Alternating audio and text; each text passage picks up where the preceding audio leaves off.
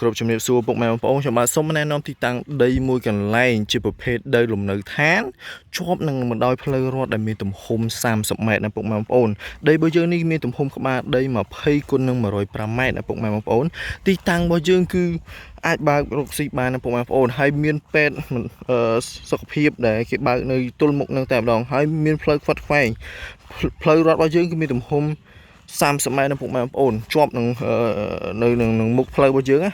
ជាប់នឹងផ្លូវហើយជាប្រភេទប្លង់រឹងណាពុកម៉ែបងប្អូនទីតាំងរបស់យើងនេះផងដែរគឺស្ថិតនៅភូមិតបត្បែងឃុំមន្ទីរព្រាស្រុករលាផ្អៀខេត្តកំពង់ឆ្នាំងណាពុកម៉ែបងប្អូនទីតាំងដីរបស់យើងនេះគឺមានដើមឈើហូបផ្លែជាច្រើនដើមអាចធ្វើរំនៅឋានបាន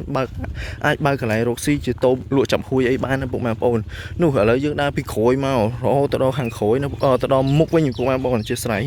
យើងដើរទៅដល់ខាងមុខវិញគ្រាន់តែដីវែង105 ម៉ែត្រ105 ម៉ែត្រជាងផងដើរនឹងហត់គឺគូឲ្យពុកម៉ែបងប្អូនហើយនោះយើងដើរទៅដល់មុខនេះទីតាំងផ្លូវតោះពុកម៉ែបងប្អូនទៅអញ្ជើញមើលខាងមុខបាទពុកម៉ែបងប្អូននេះជាផ្លូវខាងមុខតែម្ដងដែលមានទំហំ30 ម៉ែត្រណាពុកម៉ែបងប្អូនជាប្រភេទផ្លូវរដ្ឋផ្លូវចក្រស៊ូ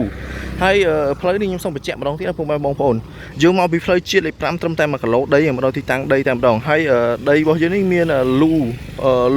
ដងលូពុកម៉ែបងប្អូនមានដងលូមួយដែរនៅខាងគៀនខាងនោះណាពុកម៉ែបងប្អូនគាត់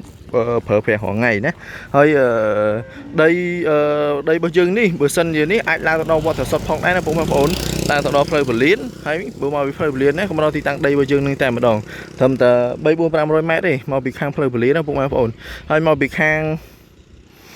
ផ្លូវជាតិលេខ5 1គីឡូហើយផ្លូវនេះផងដែរយើងឡើងទៅដល់សាបារ៉ូណាពុកម៉ែបងប្អូនដែលមានតម្រូវការដីជាលក្ខណៈដីលំនៅឋានដីលំហែអាចបើករកស៊ីបានបើលក់ចាប់ហួយអីបានណាពុកម៉ែបងប្អូនដីមានទំហំក្បាល20 គុណនឹង105ណាពុកម៉ែបងប្អូនជាប្រភេទប្លង់រឹងពុកម៉ែបងប្អូនទិញកាត់ប្លង់រឹងជូនតែម្ដងណាពុកម៉ែបងប្អូនបាទសូមអរគុណសូមគោរពលា